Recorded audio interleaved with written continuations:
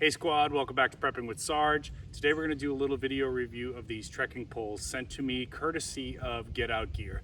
Now, as I age, I am starting to think more and more along the lines of how do I preserve the hiking and backpacking that I enjoy doing without doing massive damage on my hips and my knees as we go. I'm now into my 50s and it is time to start thinking about trekking poles, although you certainly can start this much younger, and there's maybe some good cases for that. Let's show you these, check them out, I'll give you my thoughts, we'll shoot some footage today, let's have a good time.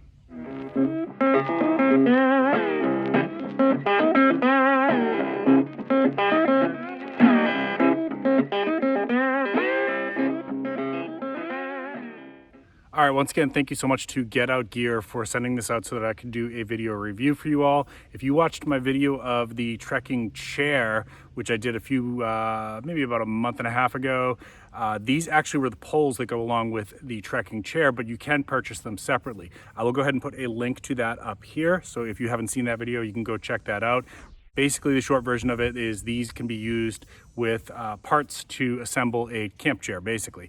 And so you cut down on the amount of gear that you are traveling with. I like these a lot. They're very, very lightweight. They are fold down. I'm not going to adjust it right now, but basically you have these adjustable clips to adjust it for your size. I'll talk about that in a second. I had just set them up before the video to show you the first segment of this, so let's go ahead and get started. But the first thing I want to show you is if you've never used trekking poles before, what you want to do is there is a right way to attach the lanyard to your wrist. And what you want to do is you want to come up underneath it like this, okay? And then you're going to come over the top and make your grip. Now the reason for that is, there's a couple of reasons actually, but number one is if you're used to traveling without trekking poles, you already know you like to have your hands free, right? Maybe I want to grab my knife or I want to take a picture or whatever. But this will allow you to drop your hands free and it's gonna retain control over your trekking pole, right? But more importantly than that, the reason that you want to come up in this way, again, I'm gonna show you again because this is really important. You want to come up underneath it and through and then over the top to grab your handle. The reason you want to do that is if you tumble, if you fall on your trek and you don't have that lanyard set up like that, what can happen is you can break your thumb very easily, you can break your wrist very easily, so make sure you're doing it like that. At least that's the way that I was taught. Everything that I'm going to show you today is the way that I was taught how to use trekking poles, but if you learned differently, go ahead and let me know in the comments down below. Maybe there's a different way, maybe there's a better way, so just let me know. Grab them like that, okay? And then the next thing I want to show you real quick, again, I'm just going to come up and underneath. And these GetoutGear lanyards, by the way, it's not going to show up too well on the video, but they are really comfortable and padded on the inside. Some really nice padding there. So it's 5 hours of trekking, you're going to be appreciative of that. So again, I'm going to come up underneath and then I'm going to grip it over the top. Now the next thing, so adjusting the height or the length on this couldn't be simpler. They've got these clips here and you're basically just going to slide it in like that. And you're extend it out the same way. Very, very easy. And then when you've got the length that you want, you just clip it back down. For flatlands travel, basically you're going to adjust the height of these so that it's at about a 90-degree angle, right? So my elbow there is about a 90-degree angle, okay? And for flatlands, that's what you're going to want. Now, we will talk about going on inclines and declines in just a minute, but let's start with the flatland. As you're trekking, what you're doing, you're creating 4 points of contact now, right? Not at the same time, of course, but over the length of your backpacking journey, of your hike, this actually is going to improve your endurance a little bit because it's taking a little bit of the weight off of your body and your backpack. And so over time, what's going to happen is it's going to give you a little bit more endurance on your journey. It's going to save your hips and your knees a little bit. So maybe instead of, as you train with them, it may feel awkward at first, but then over time, instead of being able to do a 5-hour trek, maybe I'll be able to do a 5.5 or a 6-hour trek because it's what I've heard is it's going to give you about a 20% boost, right? Anecdotally. So as you're walking now, the way to do this, the correct way to do this is when your left foot comes forward, your right arm is going to match that pattern, right? So it's going to look like that. And I'll show you some footage of this in motion. As your right foot comes forward, your left arm is going to, okay? And so it's this crossing alternatively with your legs. And on flat land, right, or basically flat land, you're going to put, I know I said it set up as a 90-degree angle, you're actually going to, like a 60 or 70, like a 70% angle right there, right? So as I'm coming forward, this almost it's pointing towards the direction that I'm traveling, and it gives you just a little bit of propulsion, okay? Same thing on this side, just gonna be angled a little bit like that, maybe about 70 degrees, and as I come forward, my carbide tip's gonna dig in and it's gonna give you some propulsion, right? You can already feel just doing that in practice, how it's gonna take some of the strain off of my legs and my back, okay? All right, let's talk a little bit about the decline now. So I showed you about that 90-degree elbow angle, right?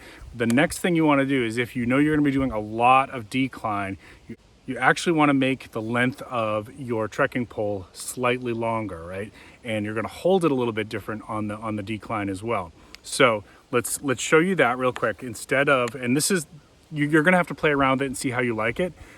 But sometimes on the decline, people prefer, instead of this type of a grip or this type of a grip, they'll prefer it to go like that. And they say that it gives them a little bit more balance for control, so that if they start to slip a little bit on the decline trail, they can steady themselves. You're also gonna hold your grip out, your trekking poles out a little bit wider. So it's gonna look like this. So they're gonna be a little bit longer, and you are gonna come forward just a tiny bit as you're coming down, and it's gonna be wider. Right? So it's going to be left foot with right pole, right? And you're kind of, as you're coming down, just kind of using them to help give you another point of contact on your decline. So on an incline, it's actually going to be that if you're going to be doing a lot of incline trekking, if you're going to be going uphill a lot, you're actually going to shorten the length of your trekking poles just a little bit. And again, you're going to have to play around with it and find the right feel for you, but your motion is going to be very similar to flat, where instead of coming out with that little bit of like a 70-degree angle, it's going to be a little bit closer to 90. And same thing, your left pole is going to come out with your right foot. Right pole comes out with your left foot, okay? And just kind of using it to give yourself a little bit more propulsion and a little bit more steadiness as you're going up those equine hills, all right? That's my best tips. Again, I am not an expert on this. I'm still learning how to use the trekking pole, so if you think I got anything wrong, go ahead and let me know down in comments, because I know you're going to do it anyways. Let's get out on this trail here. Let's take some footage and have some fun, and then I'll give you my final thoughts on these.